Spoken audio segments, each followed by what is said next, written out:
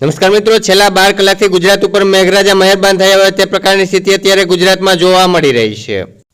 તેમજ મિત્રો હજી આવતી 24 કલાકમાં દક્ષિણ ગુજરાતમાં સુરત, નવસારી, વલસાડ, દમણ, દાદરા, નગર હવેલી, તાપી, ડાંગમાં ભારેથી અતિ ભારે વરસાદ પડવાની શક્યતાઓ છે।